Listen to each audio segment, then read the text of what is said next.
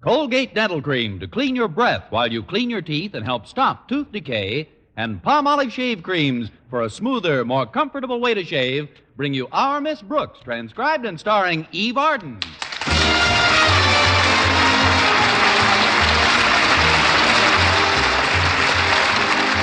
It's time once again for another comedy episode of Our Miss Brooks, under the direction of Al Lewis. Well, many people enjoy the brisk, snappy weather of the winter season. But our Miss Brooks, who teaches English at Madison High School, is definitely anti-cold. In fact, at the last count, she was sleeping beneath 11 woolen blankets. I kept warm enough that way, but it posed quite a problem for my landlady. Yesterday, when she came in to wake me up, she couldn't find me. We solved that, though. Now when I go to bed, I slip a bookmark under the bottom blanket. Last Friday at breakfast, I was complaining to Mrs. Davis about the temperature in the house. Now take this, dear. A nice steaming cup of coffee will warm you up in no time. Is it really hot? Piping hot. Here's your cup. Never mind the cup. Just pour it over me. Look, Mrs. Davis, the days aren't so bad, but last night at 11:30, my room was absolutely freezing. You could hang meat in there.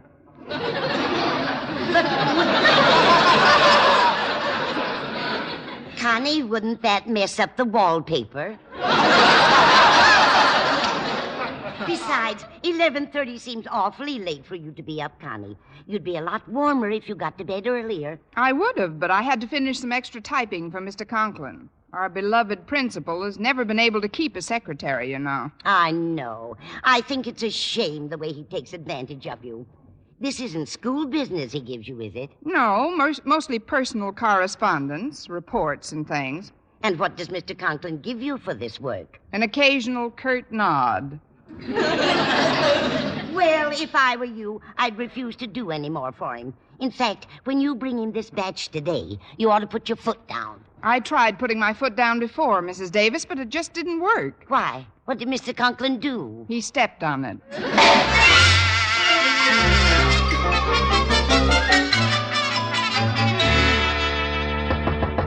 Come in. Good morning, Mr. Conklin. I brought in those papers you had me type last night. Just put them on my desk, please. What did you say? Perhaps you'd hear better if you'd remove those ridiculous earmuffs. What? Oh, these earmuffs. They must have slipped down again. It's terribly chilly in school this morning, Mr. Conklin. Nonsense. It's just pleasantly brisk. Now, about these papers, Why, Miss Brooks, you're familiar with the rules of this institution. Why are you smoking in school? I'm not smoking. That's my breath.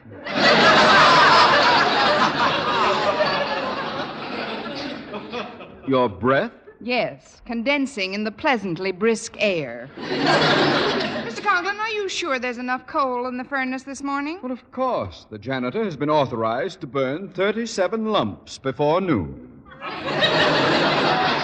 But, sir, this is going to be an exceptionally cold day, and 37 lumps of coal just won't get the job done. Perhaps you're right. I'll contact the furnace room. Hand me the phone, please. Here you are, sir. Osgood Conklin to maintenance. Osgood Conklin to maintenance. Fire lumps 38 and 39.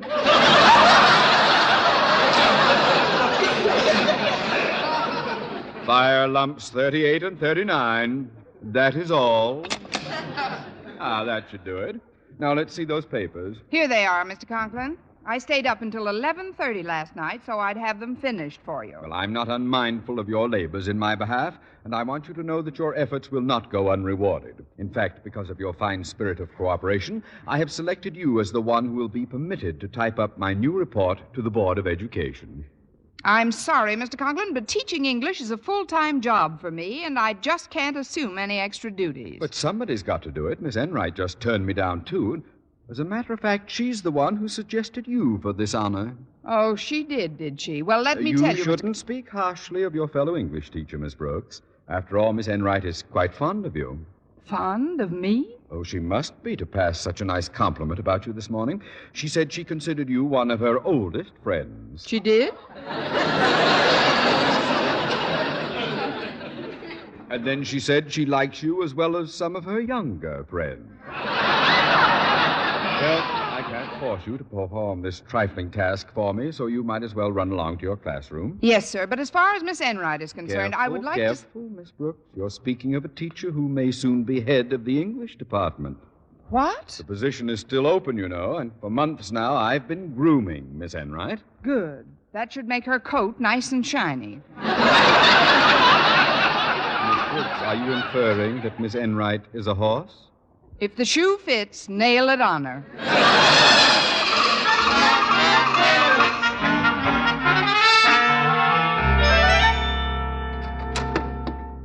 Pardon me, Mr. Boynton, but I've got a free period right now, and as I recall, so have you. Oh, that's right, Miss Brooks. Is there anything I can do for you? I'd love to. That is, the real reason I dropped in here was to get away from my own classroom for a while. Sometimes I wonder if all this effort is worth anything. If I couldn't expend all this time and energy in another direction. Say, making a pleasant home for some man, the way any normal woman does. Well, you're certainly normal, Miss Brooks. Your muscular structure's good. You have a well-shaped skull. Good sound bones. And judging from your complexion, I should say your systolic circulatory system is A1.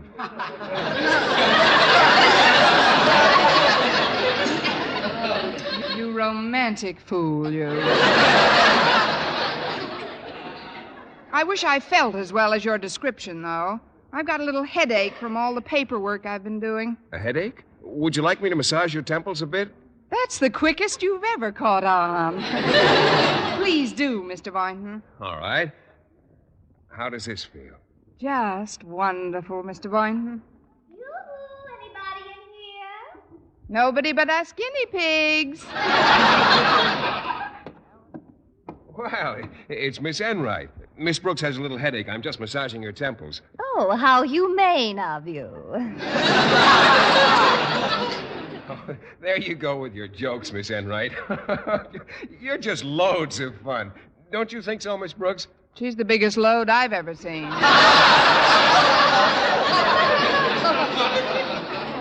Well, Miss Brooks, I didn't expect to find you here. I just dropped in because I'm worn out from my morning classes. Sometimes I just don't know where I get the fuel to keep running. If you didn't race your engine so much, your tank wouldn't get so low.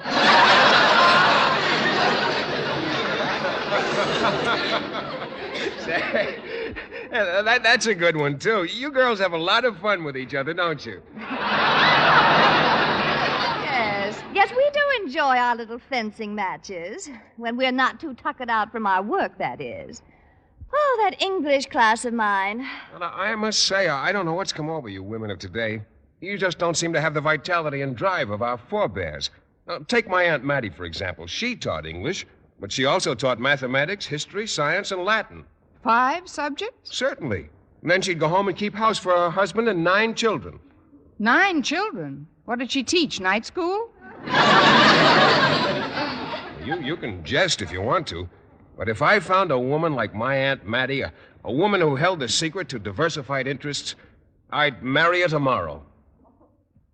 If you'll excuse me now, I've got 1,000,000 papers to correct. And I'd better be running along, too. I've got to empty several waste baskets.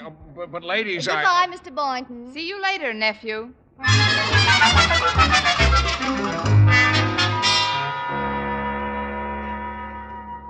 What is it you wanted to see me about, Miss Brooks? It's my work here at school, Mr. Conklin. I was wondering if you could give me another subject or two to teach. Miss Brooks, have you been sniffing too much eraser dust? No, sir. It's just that I'd like to diversify my interests. Another class would be a labor of love. Pardon me, Mr. Conklin. Hello, Miss Enright. Oh, Miss Brooks. What happened to those millions of papers you had to mark? I threw them in those wastebaskets you had to empty. I'm rather busy this morning, Miss Enright. What's on your mind? Well, Mr. Conklin, I've been thinking about my schedule here, and I've come to the conclusion that I could take on another subject. You too? But not 2 hours ago, you both complained about how rigorous your duties were. That was B-A-M, Mr. Conklin, before Aunt Mattie. You might consider it strange, sir, but On the contrary, and it's an extremely fortuitous coincidence. I was planning to institute a course in business administration at Madison. My big problem, however, has been instructors. There are none available in this area. There are now. I mean, there is now. I'll take a shot at it. Yes, sir. You bet. Sure thing. Not so fast, darling. Mr. Conklin, if you're interested in a business administration course, I'd like to point out that I've got a terrific background. That you don't have to point out.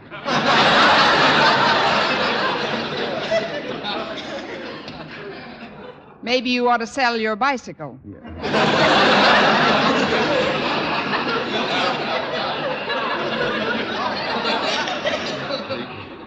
Please, Miss Brooks, please. Tell me about your experience, Miss Enright. Well, before I came to Madison High as an English teacher, I assisted Papa in his business. Papa was the head of a big collection agency at the time. I assisted my papa, too, Miss Enright. What did he do? He spent most of his time hiding from your papa. Please, Mr. Conklin, I'll admit I'm not overly familiar with the principles of business administration, but I'll study it thoroughly in the next few days. Miss Brooks, business administration is a 3-year course. How do you propose to learn it in a few short days? I'll only take a half hour for lunch. I'm afraid you have none of the qualifications for this position, Miss Brooks. Once again, it looks like Miss Enright has the inside track. Well, all I can say is don't bet too much on her nose. It might still be a photo finish.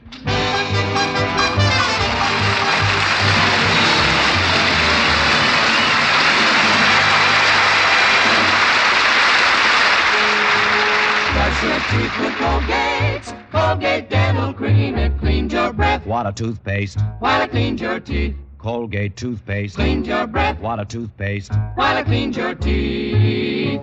Colgate Dental Cream cleans your breath while it cleans your teeth.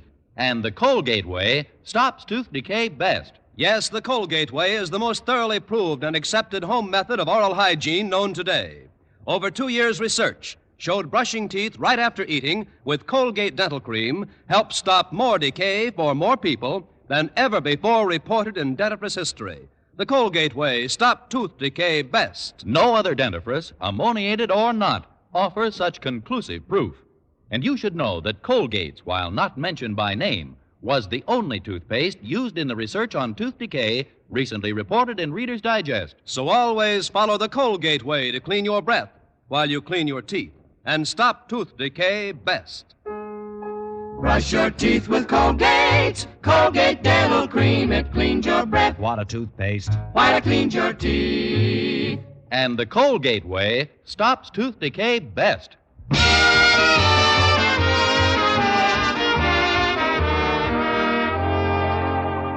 Well, Mr. Conklin seemed convinced that I didn't know a thing about business administration, and it looked like he was right.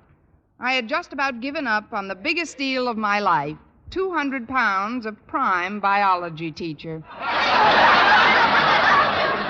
When lunch period came, I must have looked pretty down in the mouth as I entered the school cafeteria.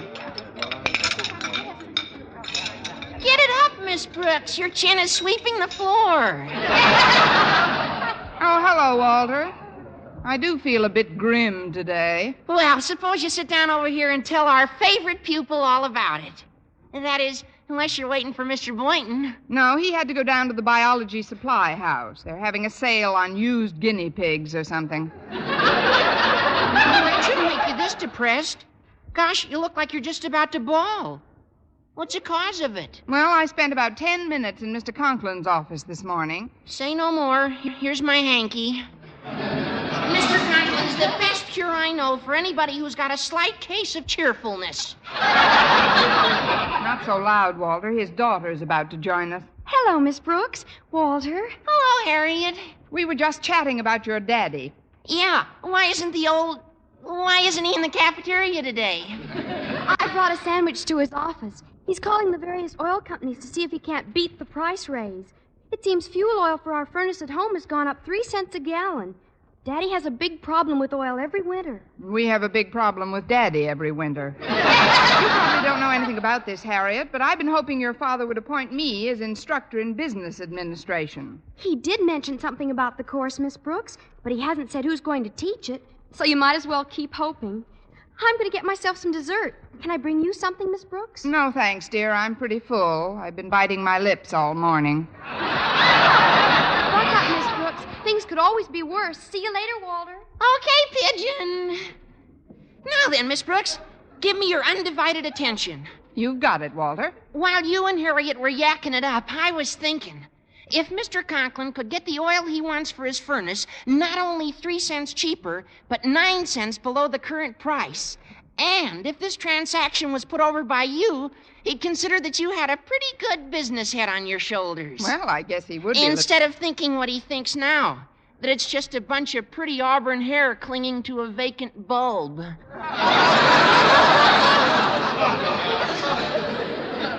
Now, just a minute, Walter.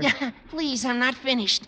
It so happens that my dad has a good pal in the Ajax Oil Company, and we get all our fuel wholesale. Now, there's no reason why I can't get some for you to give to Mr. Conklin, thus helping you wrap up the job you want.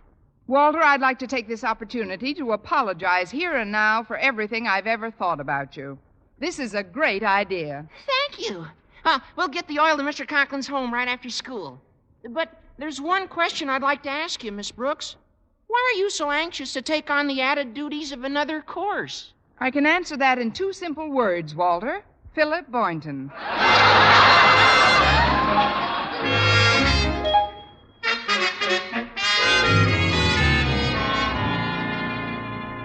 I'm glad you got home from school early today, Daddy. But why did we come down here to the basement? I wanted to show you our new furnace, Harriet. It was installed just 10 minutes ago. But what's this pink ribbon tied on it for? And what's this card on top of it? It's a little surprise for your mother. Read the card, Harriet. Let's see. It says, "To my loving wife, Martha. Happy Lincoln's birthday, darling, from your Osgood." You bought Mother a furnace for Lincoln's birthday? Nothing's too good for your mother, Harriet. Besides, it's my way of making up for Christmas. I got the feeling that your mother was not too delighted with the gift she received from me at that time. I can't understand it. It was a lovely case of club soda. But, Daddy, Mother was expecting a fur coat this winter. Then she should be doubly pleased. A furnace is even warmer than a fur coat. Especially this brand new forced air furnace. It uses gas and a blower system. And all it requires is for me to flip open a vent and presto, any room I'm in is full of hot air. No comment, Daddy.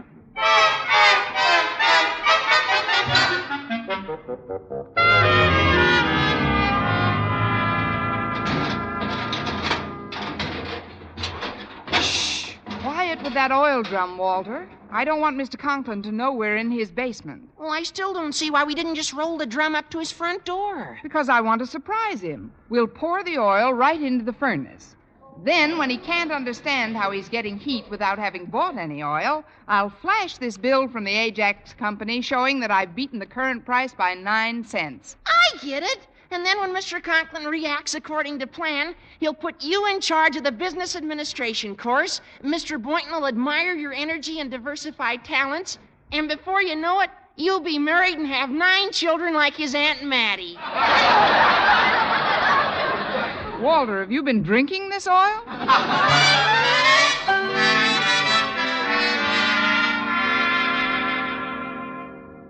Miss Enright, your coming to my home on your own time to discuss our new business administration course has made quite an impression on me. Thank you, Mr. Conklin. But I've always been a firm believer in the old adage, don't put off until tomorrow what you can do today. My sentiments exactly. Now, if you'll just give me your coat, we'll sit down in the living room and chat for a while. Oh, I think I'll keep my coat on, Mr. Conklin. I feel a bit chilly. Oh, as you wish.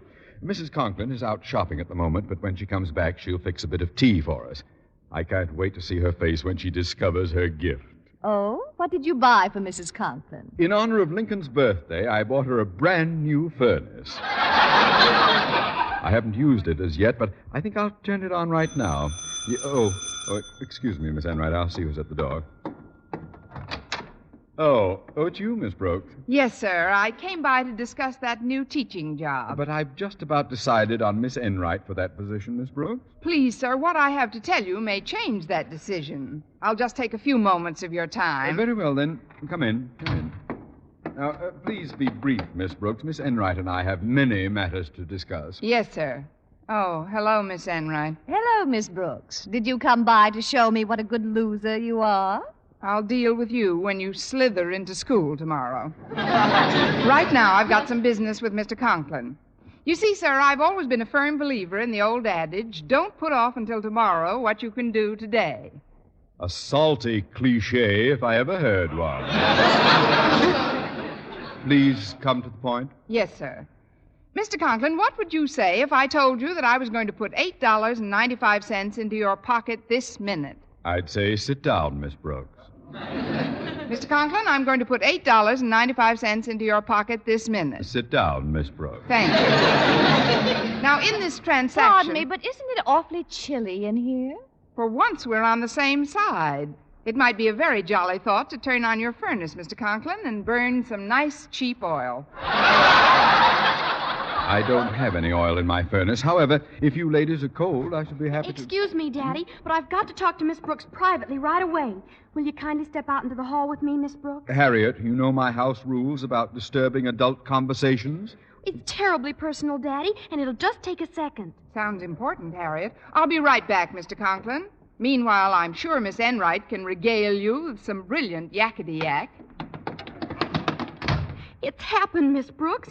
Daddy's done the worst possible thing that could happen. He signed on for another year at Madison High? No, he bought Mother a furnace for a Lincoln's birthday gift. He must have gotten his rebate on the club soda bottles. You don't understand. I just saw Walter Denton in the basement.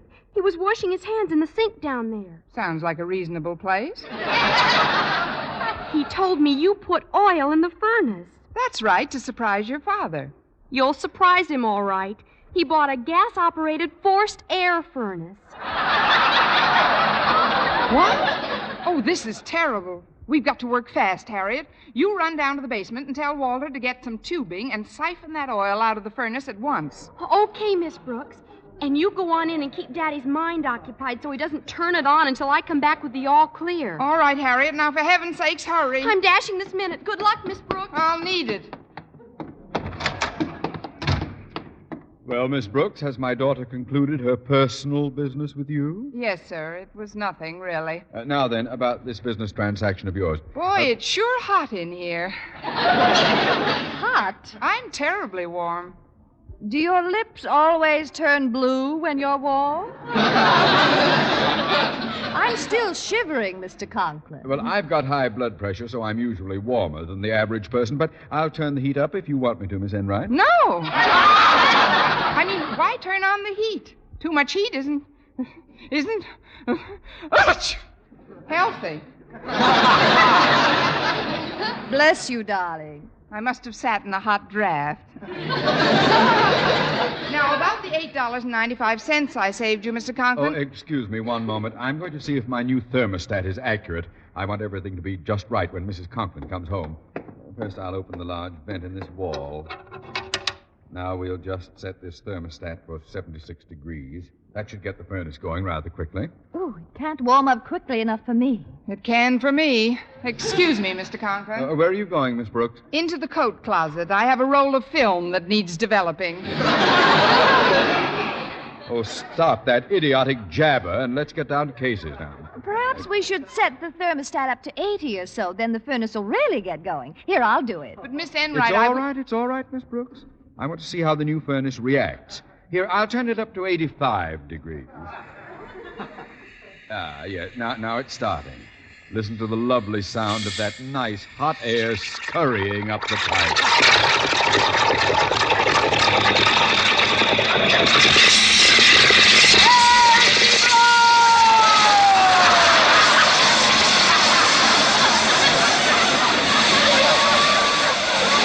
It's oil! Black, dirty oil all over my furniture and rugs. Here, I'll turn it up. Oh.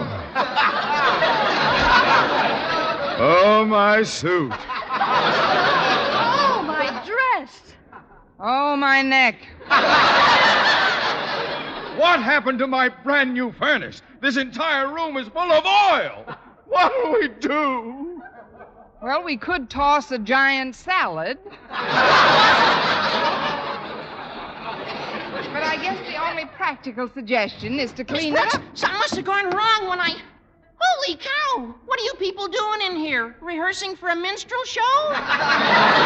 You guessed it, Walter. And I don't know about anybody else, but if the interlocutor will excuse me, I, for one, am going to pick up my tambourine and beat it.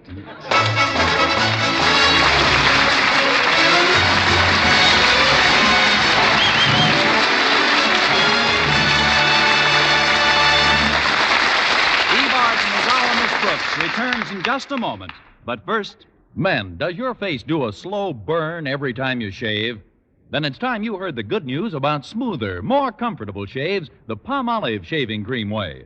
That's right, smoother, more comfortable shaves. And men, only Palmolive, no other shaving cream, offers you real proof, not just promises, of smoother, more comfortable shaves. For the new Palmolive shaving cream way gets beards really soft, and it provides a protective film that actually floats your razor's cutting edge. Yes, even in cold or hard water, you get a clean, close shave every time. Super smooth, super comfortable. Over 2,500 men tested Palmolive shaving creams thoroughly. They followed the simple directions on the tube, and no matter how they shaved before, 3 out of 4 reported beards easier to cut, less razor pull, more comfortable, actually smoother shaves. Get Palmolive shaving cream, lather or brushless. See if you don't get that super smooth, super comfortable, free and easy shave you've always wanted. You owe it to your face to try Palmolive lather or brushless. Remember, only Palmolive, no other shaving cream, offers you proof of smoother, more comfortable shaves. And now, once again, here is our Miss Brooks. Well, Walter Denton was just about to spill the beans to Mr. Conklin about my part in the great oil scandal when luckily I managed to catch his eye. And through some magical current that seemed to flow between us, his lips were suddenly sealed. Then I took my knuckles out of his mouth and we cleaned up the lips. After that, Walter took me home, and when we got to the door, he said, Gosh, Miss Brooks, do you think you may still get a crack at that business administration course? I don't know about the business administration, Walter, but if he finds out about today, it's a cinch we'll both get the business. This is Vern Smith reminding you to tune in next week to another Our Miss Brooks show, brought to you by Palmolive Shave Creams for a smoother, more comfortable way to shave, and Colgate Dental Cream to clean your breath while you clean your teeth and help stop tooth decay. Our Miss Brooks, starring Eve Arden, is produced by Larry Burns, written by Al Lewis, with the music of Wilbur Hatch.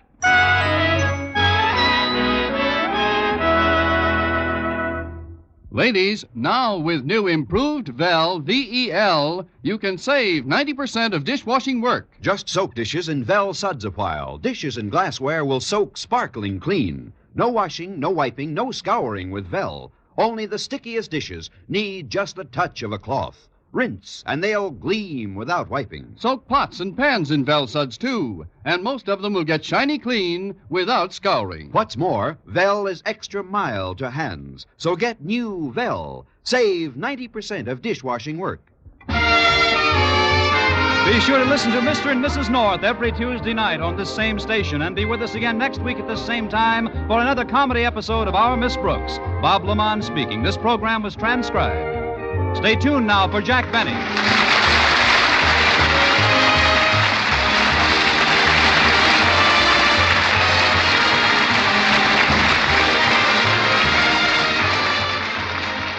This is CBS, the Columbia Broadcasting System. VintageRadioshows.com